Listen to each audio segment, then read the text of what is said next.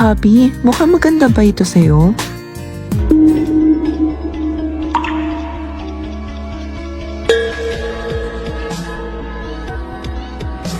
Ano ito?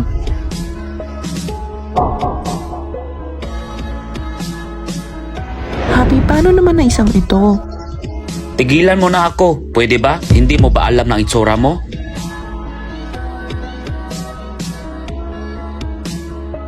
Diyos ko, sa tingin ko ito ay bagay sa'yo. Palitan mo. Ayoko. Ano?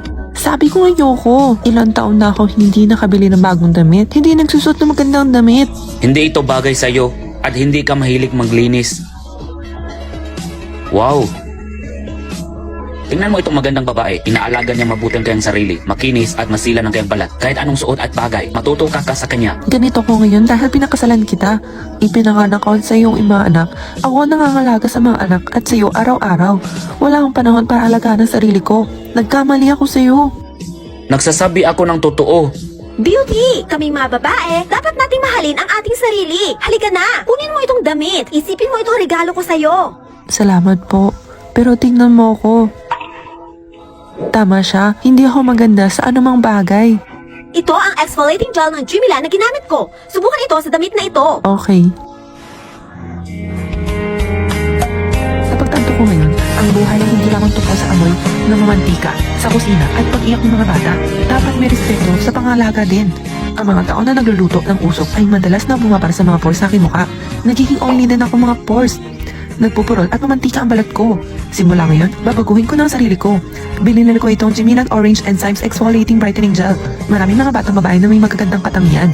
Ngunit ang kanilang mga mukha ay mapurol, na may napakalaking mga pores at maraming langis. At madalas na may acne. Gumagamit lamang sila ng tubig na paghugas ng kanilang mukha. Hindi gumagamit ng mga exfoliating treatments kahit kailan para sa mukha. Hanggat may kaalaman ng mga tao sa pangalaga sa balat, dapat alam nila na mag-exfoliate ng regular. Gumamit ng Jimila Orange Enzymes Exfoliating Brightening Gel.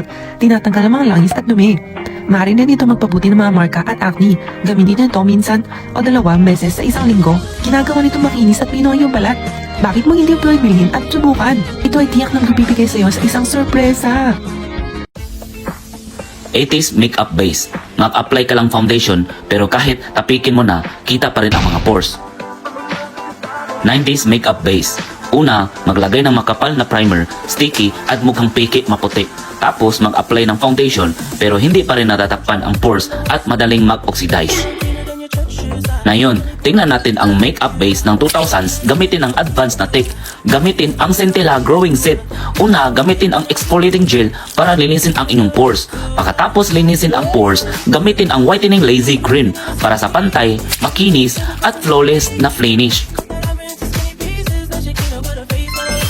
Ako ang terminator ng mga pores. Kung gusto mong tanggalin ang mga blackheads at colloids na pores, gamitin ito 2 beses sa isang linggo. Kung mas nababaran yung mga pores, gamitin ito 3 beses sa isang linggo. Ang added ng blood orange extract at fruit acid ay malalim na lilinis sa mga pores. Tinatanggal naman lahat ng dumi sa iyong mukha.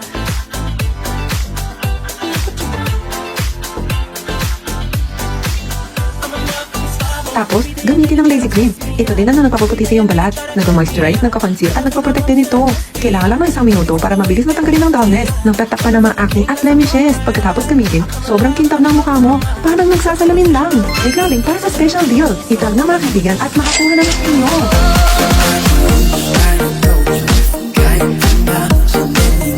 Wow, bigyan mo ako ng yakap. Umalis ka na. Beauty, ano itong bagay na binigay mo sa akin? Pakiramdam ko, humihinga ang bawat pores ko. Ito ang Jimila Orange Enzymes Exfoliating Brightening Gel. Naglalaman ito ng blood orange enzymes mula sa Cofasolia, Italy. Marami ito nag-exfoliate upang bigyan ang iyong balat ng isang bagong hitsura. Saan ako makakabili nito? Mag-click sa link sa ibaba ng video o mag-click sa avatar upang pumasok sa live room ay maaaring makuha. Brush sa mga kapatid na babae, huwag palampasin. Genie Land.